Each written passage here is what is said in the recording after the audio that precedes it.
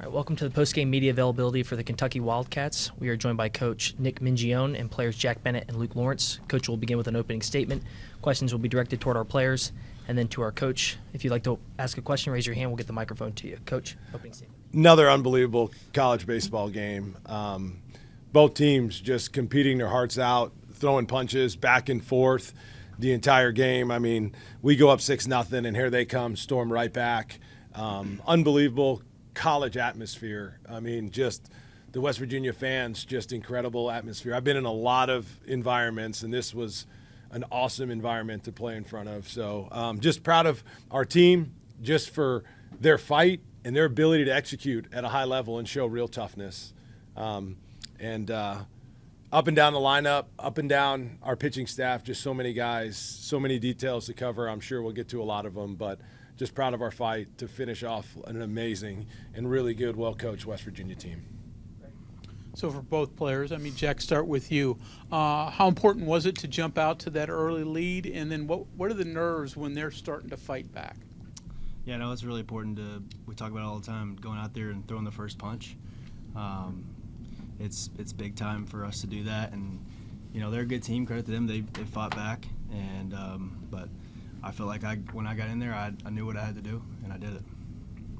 Nerves as they're coming back, or are you just playing ball at that point? No, just playing ball at that point. I think the pitching staff did a great job in the first inning, you know, going 1, 2, 3 right there. Gave us some momentum to go down and do our thing in the box.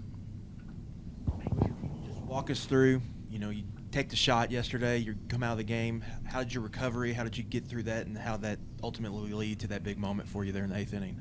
Yeah, I mean, I couldn't do it without this whole team, the staff, everybody. Deegan and JD, our training staff, unbelievable job last night and this morning with me.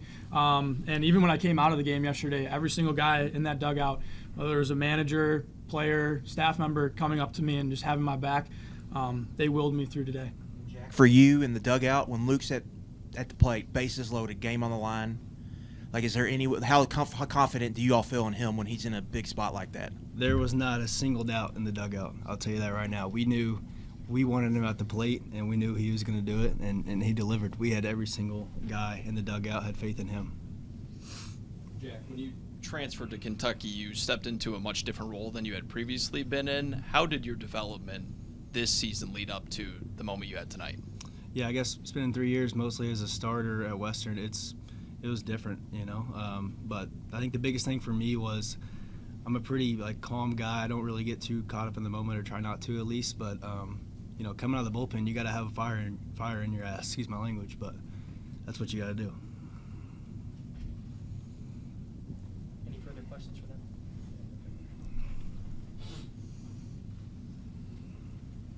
them? Jack, when Coach came out of the dugout at the very end, usually when he comes out, it's the hook. What did you think when he came out? And what was that like out there, that moment?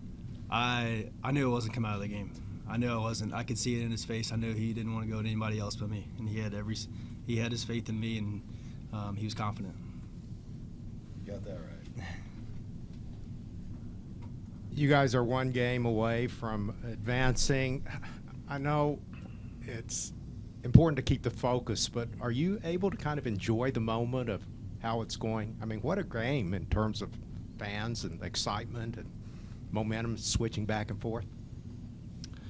I mean, like he said, it was a great atmosphere. I mean, it's hard to you know, knock out the noise because you can hear it, but I think what it does for us is it kind of gets us going and helps us, you know, stay locked in and not wander off to other things, but keep competing. Yeah, we'll enjoy this one tonight, but like Coach Min says, it expires at midnight. It's go time tomorrow. For sure. Luke, talked about help get you ready for this day, but what are those 24 hours actually like? What are you going through to get ready? Tell him, Luke, tell him. I got a text from JD. Did you do 2 hours of treatment? I literally. It was probably more than that, but yeah. Last night. Tell them. Like, that's what they want to know. Like. Yeah, it was definitely a long night. Got back to the hotel and just got some food and then stayed up in his hotel room for, had to have been 4 hours. Getting ice, stem, all the above. And then this morning woke up, breakfast with the team and then immediately just right with him again. It just shows his heart and how much he cares about us. And, he got me on that field today. Great job. Any further questions for our players? Coach. He's got one more down there. Luke, I'm just curious real quick. After Hudson got his RBI hit, that secured the fact that every single one of you guys in the starting lineup had at least one hit. How did that kind of show that the hitting was contagious throughout the lineup? Yeah, I think our whole year the hitting is contagious. We just kind of pass the bat one guy to the next, and it's not just hits. It's also playing the game of baseball and just getting quality at bats. 8 or more pitches. You got to lay down a bunt in a situation. Got to get somebody in. It's just our mentality as an offense, and I think that really just brings us together, and that's where the momentum comes from. Any more for our players? Guys, real quick, I cannot say enough good things about Luke. What he did for our team last night and what he did for our team today, the guys respect him. And they'll tell you, I have watched this guy literally put his body on the line for Kentucky. Early in the year, he was having to take his shoes off and his cleats off in between innings because his feet were killing him that bad. In Gainesville, literally throwing up in the dugout because we played such an early game after a night game of heat exhaustion and literally throwing up and then just coming right back and taking the field. What he means to Kentucky, he epitomizes what it means to be a Wildcat. This guy would do anything to help Kentucky win. His journey started out of Division III school to the biggest stage in college baseball and doing it when it matters the most. I just cannot say enough about him. And Jack Bennett might have been the easiest player we've ever recruited out of the portal. His dream school, I missed and got it wrong the first time, but we got it right the second time. This is the only school that he would have played for. This is his hometown school, his state school, and this guy loves Kentucky as much as anybody. So for him to have this moment and to have that with the game on the line, just unbelievable. And he's right. I believe him with all my heart. And he's so easy to root for because of how much he cares. His heart and love for this place and this team, these two guys, this is it for them. They have no more college baseball. And hopefully they're going to both get an opportunity to play professionally.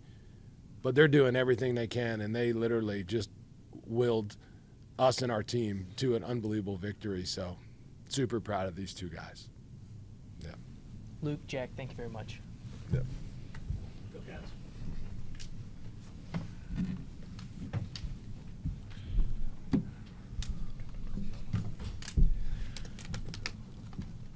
Look at these gentlemen. 2 days in a row, they're putting the chairs in. Their moms raised them right. All right, Coach. Coach, the very first at bat against Yale, it was like a 7 or 8 pitch walk. How much did that just kind of set the tone for that inning and the whole game? Yeah, I mean, he's an amazing pitcher, guys. Amazing. When you look at what he's done, I'm watching video on him and just studying, and I knew he'd have our hands full. And sometimes to get an ace like he is, he's a slam dunk, no doubt about it. This guy is an ace. Sometimes you got to get him in the first. There's 5 times a pitcher's most vulnerable, and one of the 5 times is in the first inning.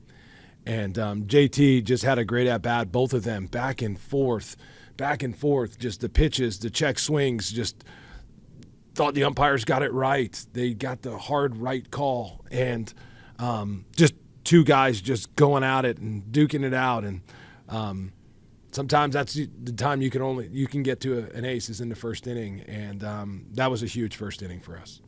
Question over here. Coach, in addition to players stepping up and willing the team and the back and forth and all the runs early in the game, how much would you say this game also came down to just defense, just turning those double plays, West Virginia not able to do so, allowing extra bases, extra at-bats, you guys would score? Just in the simplest term, is this almost a lesson you could tell future teams in defense, in a way, won this game? You know, you bring up a great point, and whenever I talk to the team, that's the first thing I talk about is our pitching and defense, because it starts and ends with that. If you can't do those two things, you have no shot at winning. And offense is fun, don't get me wrong. But if you can't pitch and defend, you can't win. That's the bottom line. And you're right. I thought even in the very first inning, BVC, I'll just peel off some good plays. BVC, Kelly smokes the ball to right field, smokes it, and BVC runs back and catches it. Huge play in the game. It's in the very first inning. Again, that's one of the 5 times the pitcher's most vulnerable. And then OJ, behind the plate, I counted 9 different times where he kept the game in front of him. 9 times, to your point. Nate did a great job on the PFP. He attacked it. Jack, they laid out an awesome bunt. Jack attacked it. The comebacker late in the game, right there, 0 hesitation, turns around, throws a seed, a laser beam right to Hindle, and we turn it. Huddy on the squibber down to first base, that was a good job sitting on that. Hindle attacked a slow roller where we had to run in, and he gets the ball to Huddy in time. Just so many good defensive plays. Carson Hansen made a good play to end the game. JT ran to a ball good. Braxton ran to another ball in right center to end the 8th. Just unbelievable defense. And West Virginia's an amazing team. There's well coached as any team. And I'm proud Sabins and I both are Embry-Riddle grads, by the way, for the record. We both have a degree from there. And but it was going to take a special defensive play. And you can never underestimate the importance of one run, and that's denying it and getting it. And we were just able to get a couple more across tonight. Nick, I know it can kind of be a loss because of so many other things that happened later, but up to the point there in the bottom of the 5th, OJ steps to the plate, bases loaded, it's a 3-2 count. He gets, what at the time was the go-ahead single. So what does that say for him, the 9th guy in your lineup and a freshman to step up in a moment like that? Yeah, I mean, yesterday was Caden Cloud, got a huge hit in right center. Braxton Van Cleve got the homer today, and then OJ. I mean, I give OJ a lot of credit. He is, working. At-bat after at-bat, he's trying to figure out the timing. Was just a little early the first couple times. I'm walking by the bench, and they're talking about what adjustments he can and need to make. And I was just so happy for him because, I mean, that guy wants to win. And he got the hit. And, he's gotten some big hits for us. But I don't know if there was many bigger than that one. And was definitely happy and proud for him for that moment because he cares. He cares. Coach, what makes it so hard when Gavin Kelly comes to the plate? A lot of teams haven't been able to quiet him down. What makes it so hard for a player like him? Yeah, you guys know this. He's special. He has power to all fields, and there's really not a pitch. Usually when you have a guy, there's a pitch that you can go to, and you can get him, and he struggles with that. And there's not many. When I look at our sheet, I mean, it is all lit up. I mean, there ain't many that you can go to, whether it's a lefty or righty. And his ability to control the zone and to handle it, and you just got to hope he guesses wrong. And, the one time we got him to guess wrong and we ended up getting him. But the power to all fields and his ability to hit all pitches is very, very impressive. Very impressive. Coach, you had Wake Forest yesterday, West Virginia today. Can you talk about the different challenges that both of them posed to you and any similarities that you found in either of their games? Both obviously well coached. I mean, they are, and they both have really good arms. And offenses are a little different. Wake obviously is maybe playing for the home run a little bit more than maybe West Virginia. Both teams have power, but West Virginia obviously more aggressive on the base pass than maybe Wake. But 2 different styles there. But 2 really good teams, and they provide pressure in their own ways. You saw it tonight, West Virginia, even just right there in the 9th. With 2 strikes, they put the ball in play, and we're not able to get it and throw the guy to first, and that's how they start the whole thing off, and then they draw a walk. So both teams have their strengths, and they're really good teams and well coached. Coach, you spoke earlier this week about the fact that some of these past regional trips where you've made it out, you've had to come out of the losers bracket. Now you've got an opportunity to potentially sweep. Not having to play in the noon game tomorrow, what kind of advantage does that play for you? I just think any time that you have a chance to maybe play one less game than your opponent, it actually does matter. But I reminded our team. I told you guys yesterday I was really hard on this team. I coached them harder than I've ever coached them, and I told them that I was really upset and frustrated with the fact that we weren't able to finish some games when I thought we should have in our league. And when you play in our league, it's just every weekend. It feels like this right here. This is what it feels like every single weekend on the road. And in order to do it, like, you just have to make the winning play. Make the winning play. And I just kept hammering that home with them, like, make the winning play. And we just kept talking all week about doing what it takes to win. And I'm at my best when I'm encouraging. God has gifted me with the gift of encouragement. And we had guys in the dugout taking notes of every winning play and of every scrimmage that we did prior to coming here, and we just focused on doing what it takes to win. And so far, we've barely, but we have. We've made enough winning plays to put us in this position. Nick, Hudson Brown got a bunch of free passes, got the big 2 RBI single there in the 9th. Just how big was he, and how much of a difference does he make having him back in the lineup? Man, guys, his toughness is real. His fight in the batter's box. Guy redshirted. He's a red shirt. And for him to be in this position, I mean, I believe he's going to be a draft pick to go and just, man, I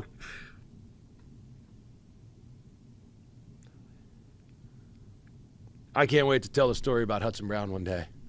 Probably going to be maybe the greatest coaching story of my life. This guy is, man, where he was and what he's had to overcome and how he got here, unbelievable. Not surprised. The guy, I really believe, and I say this, and you ask any one of our players, victory has to be earned every day. Every day. It's not some days. It's not when you feel like it. Victory has to be earned every single day. And that guy, when we lost him with mono, he was our 4-hole hitter, hitting over 360.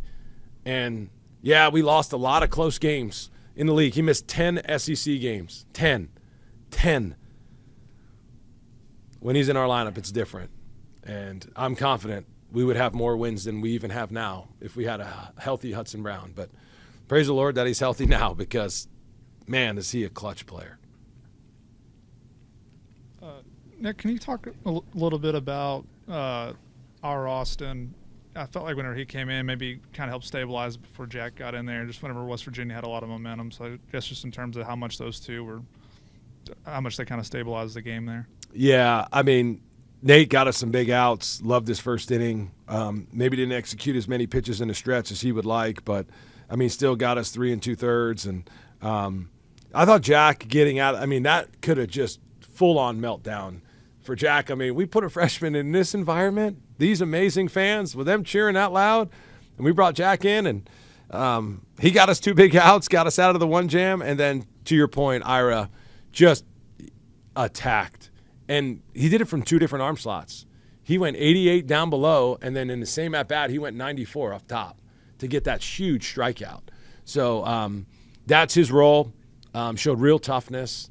And he'll be ready to go again tomorrow. That's the beauty of Ira. And for us getting him out right there, he'll be available again tomorrow. And another guy with no more eligibility. This is it. We got 9 of them. And huge outs. Nick, you were kind of grinning at Jack when I asked him about your trip at the end. And you came out, you weren't going to take him out of the game, and it was a quick trip. But I haven't seen you do that very often. I don't remember the last time you did. Can you share with us what that was all about? Yeah. Anytime you make the winning pitch as a pitcher and you're like, okay, this is the game, and then it doesn't happen, and then it's like, man, I knew we had two more visits, and I just told the staff, I'm like, hey, I'm going to go out there. Dan, I want to settle this down. You want me or you? He's like, why don't you do it? I'm like, perfect. And then Trevor Fitz, my former player, says, Coach, you need to jog out there so he knows he ain't coming out. And I'm like, yeah, good idea. So then I start jogging out there, and as I'm running, I tell him, you're in the game, you're not coming out. Like, as I'm running, I wanted there to be no secret that this was his game. And they were unbelievable. Like, even Caden was like, hey, give me another one. Like, they were ready. And I'm thankful that he was able to finish that out. Great play by Carson. I don't know if I mentioned that one in the game defensively. So, All right, Coach, thank you very much. yeah, thank you.